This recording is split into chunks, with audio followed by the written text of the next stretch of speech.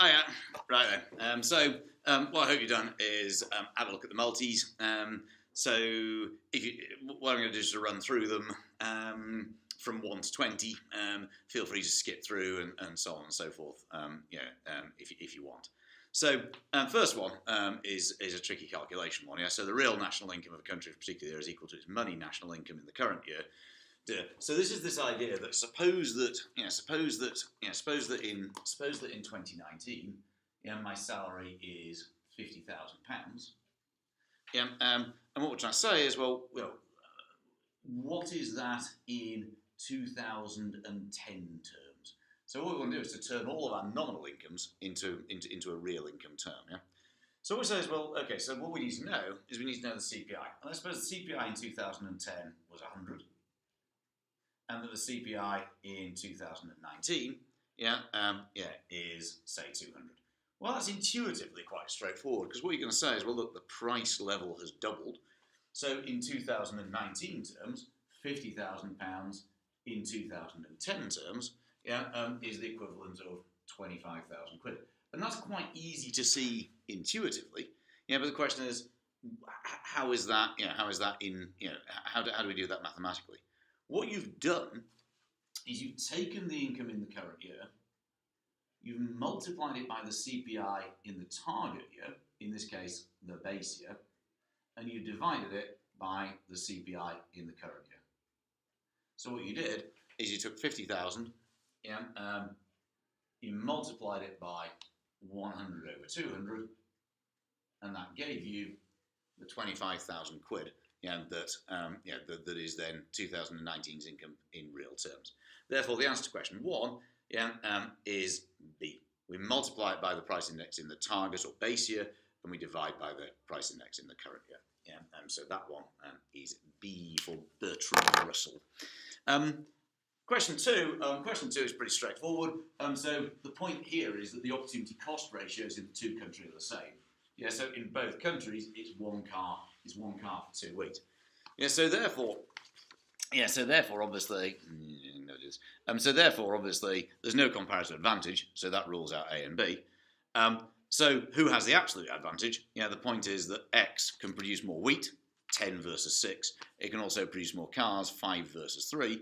So therefore, what we're saying is that we have absolute advantage in both goods. Therefore, the answer is C. An absolute advantage in both wheat and cars, or curly car. 3, state healthcare is classified as a merit good, because of its provision was left to market forces. So what we know about this one is merit goods. There's both information asymmetry in merit goods because I don't realise the full benefit. And also there are benefits to third parties. If I get vaccinated, I don't give you all Ebola or there. So therefore, we're saying that that's the private demand. But of course that's based on my benefit to me. That supply, which is marginal private cost and marginal social cost. And the marginal social benefit is greater than the private benefit by the amount of the external benefit.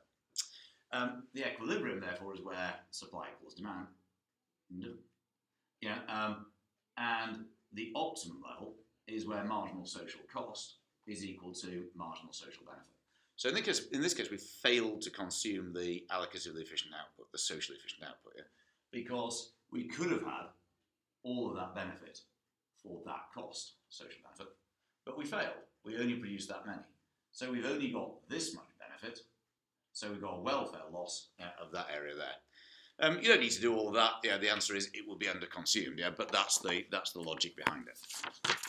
Next one, question 4, favourable terms of trade. So when we're thinking about terms of trade, we're always thinking about Kazakhstan or Azerbaijan or somewhere like that, Turkmenistan, someone with oil. And what we're saying is, what do they want to happen? What they would like is the price of what they sell.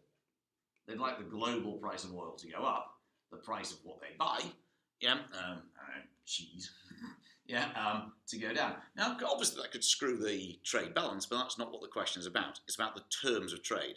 It's about what you get back for 1 barrel of oil.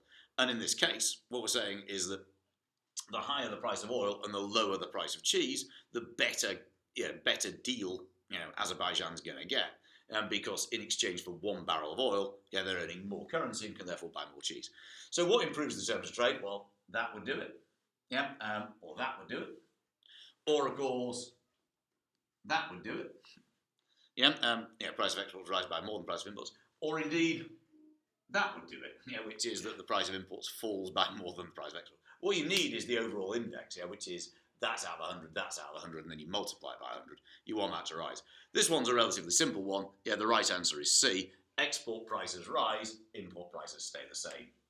So it's that one. The fifth one, an increase in interest rates. So an increase in interest rates isn't normally an appropriate thing to do when you're trying to get rid of a current account deficit, because if you cut interest rates, so if you increase interest rates, obviously what's going to happen is the exchange rate is going to go up, which is going to go fuck you because the price of imports is going to go down, the price of exports is going to go up, and you're screwed. So what's the question thinking about? It's thinking about the other effect of interest rates, which is if you increase interest rates, aggregate demand falls. Consumers are spending less, and as they're spending less, they're buying fewer iPhones, therefore fewer components are imported from abroad, blah, blah, blah, blah, blah. So an increase in interest rates reduces aggregate demand, a reduction in aggregate demand will reduce imports.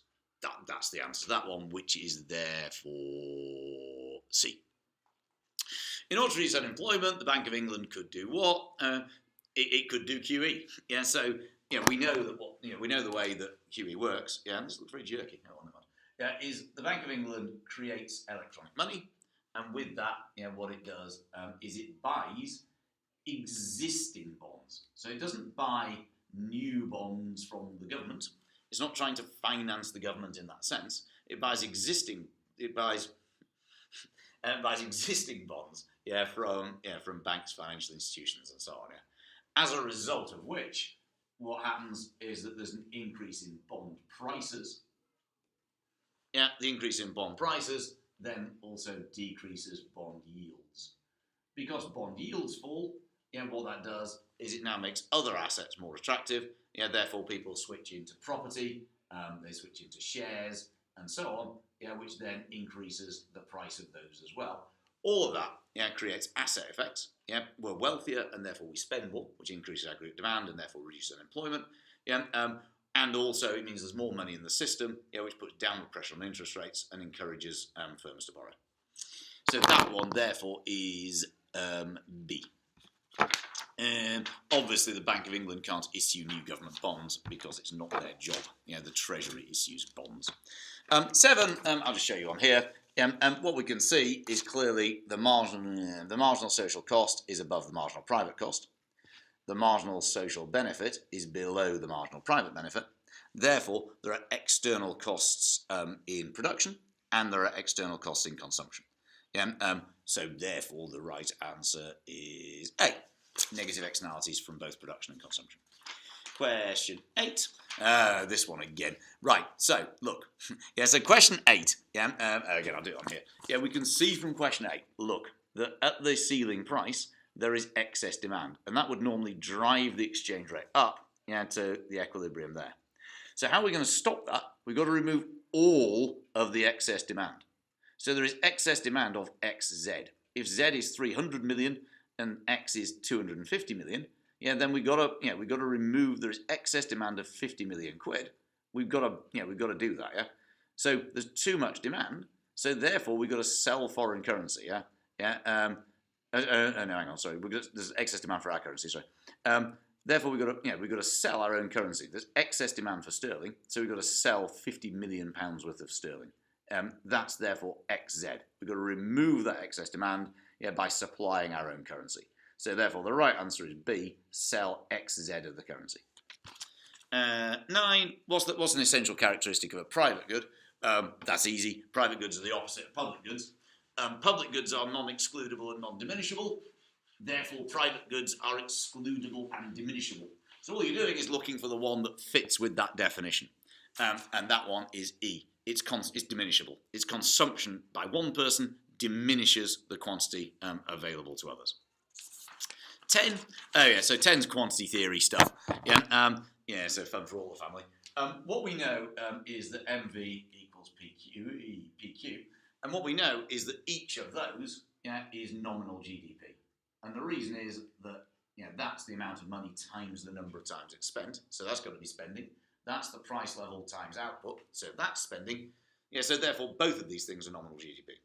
So what you're told is that nominal GDP in year one, in year one, what we know is that nominal GDP is 50 million, or 50,000 million or something, 50,000, it doesn't matter. And you're told, that the money supply is 10. So MV is 50, as is PQ, but that's not relevant, because we're told about M. M is 10, therefore we can infer, that MV divided by M gives you V, V is 5. In year two, what you're told, is that MV is 60 million, nominal GDP is higher, and the velocity of circulation is 11. Again, so MV divided by M, that gives us V. 60 divided by 11, I don't know, it's more than 5 anyway, 5.5, something like that. So therefore, we can conclude that between the two periods, the velocity of circulation has gone up.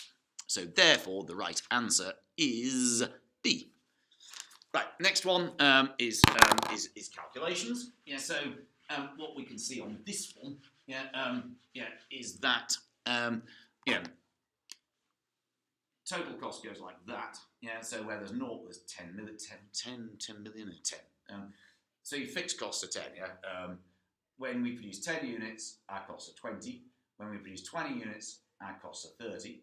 When we produce 30 units, our costs are 40. So what we can see is that every time we increase output by 10, we also get plus £10 cost. Therefore, we can see that marginal cost is £1. But looking at so marginal cost is constant. It's also true, however, that average variable cost is constant, because if you produce 10 units, your variable costs are 10 quid. 10 over 1 is 10. If you produce 20 units, your variable costs are 30 minus 10, which is 20 quid. 20 divided by 20 is 1. If you produce 30 units, your variable costs are 30 quid. 40 minus 10, 30 divided by 30 is 1. Therefore, your variable cost per unit, or average variable cost, is constant. 12, God, this one. So 12 is a bit of a head fuck, to be completely honest. This is quite a difficult question. What you've got to do is you've got to work out what percentage of income, each of the family groups is paying in the form of tax. So let's take our low income group. What we know, food is zero rated, so is irrelevant. What we know is that they spend 40% of their income on luxury goods, and they pay 10% tax. Therefore, 4% of their income is taxed, 10% to 40%. On luxury rated goods, they spend 10% of their income on luxuries. The tax on luxuries is 20%. 20% of 10% is 2. So overall, low income groups spend 6% of their income is going in the form of tax. Let's take middle income, medium income families. On standard rate of tax, they also spend 40%. The tax is 10%. Therefore, they spend 4% of their income paying tax on standard rated goods. However, 20% of their income goes on luxury goods. The tax is 20%. So 4% of their income is paid on luxury good taxes. So overall, 8% of their income is being paid in the form of tax. Finally, if we take luxury goods, not luxury goods, high income group, they spend 30% of their income on standard rated goods. The tax is 10%. Therefore, 3% of their income goes in the form of tax on standard rated goods. On luxury goods, they spend 40% of their income on luxury goods. The tax is 20%. So 8% of their income goes on paying tax on luxury goods. Therefore, overall, it's 11%. So on standard rated goods, it's regressive because it goes 4% of the poor, 4% of the medium, but 3% of the rich. Therefore, that is regressive. Luxury goods, it goes 2% of the poor, 4% of the rich, and 8% of the very rich. So that one is progressive. And overall, it goes 6, 8, 11. So that's progressive as well. Therefore, your answer is regressive, progressive, progressive, which is C. Question 13. This one's quite straightforward. There's a significant increase in house prices. That led to an increase in consumption. Why was that? It was because existing homeowners are now more wealthy, therefore we feel more confident we can take out higher value loans. The answer is D. 14. Which of all the following elements of the UK fiscal system is regressive? Hello. I'm just finishing. Give me 5 minutes, and I'll be with you. So, which of the following elements of the UK fiscal system is regressive in its distributional impact? So A, people will tend to go for that because they'll see VAT, but it's actually saying a zero rate of VAT for essential goods. So that one is actually good for low-income groups. Things bad for low-income groups is tax on beer and tobacco. It's the same for you as it is for me. The trouble is that my income is much higher than yours, so it takes a much higher tax on alcohol and tobacco take a much higher percentage of your income, than they do of mine. Therefore, it's regressive. Which one of the following is going to imply high elasticity demand for labour? High elasticity demand for labour means that an increase in wages leads to a big decrease in the demand for labour. So that one's quite straightforward. Basically, it's the demand for the final product is price elastic. Because if the demand for your final product is price elastic, your costs go up. You can't pass that on to consumers because demand is price elastic. Therefore, you're going to have to fire people, otherwise you're not going to make any profit. So the right answer for that one is B. 16. 16. The point about this one is that you've got to put MR in. So we find the equilibrium price here, and then you mark across and you put MR in. Where it isn't at the minimum point of the average cost curve, if you look, MR goes right across to about 16 units. So all you've got to do is to find where MC equals MR. MC equals MR at 16 units. It's got nothing to do with the minimum point of the average cost curve here. 17, the best describes the operation of the law of diminishing returns. That's dead straightforward. It's the short run concept. So we add more of a variable factor to a fixed factor, total product rises more slowly. So that's therefore A. 18, what's going to cause a big minimum wage effect? It's all to do with elasticity. We know that if demand and supply are relatively price inelastic, like that, then the minimum wage creates only a small amount of unemployment. Whereas if supply and demand look like that, we can see that the same minimum wage creates a much bigger effect on unemployment. So therefore, the effect will be smallest if demand and supply of labour are both highly inelastic. So that one's D. 19, what a nightmare. Essentially, you do this by a process of elimination. So A, prices in the UK and the US were equal in 38. Of course they weren't. It's an index. Prices in the UK were higher. Can't tell because it's an index and therefore only tells you about rates of change. Long-term inflation in the UK and the US began in 1920. No, because there's an immediate period of deflation straight after, which leaves you with D. The long-term rate of inflation is higher in the UK than the US.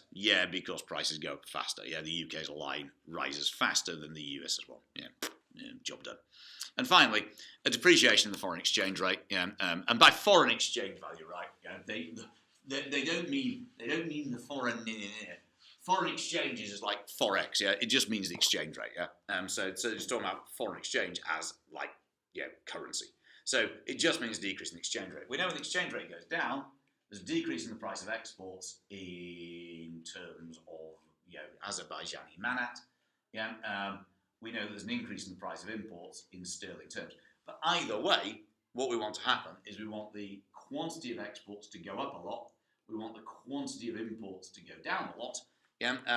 And therefore we want both of them to be as elastic as possible.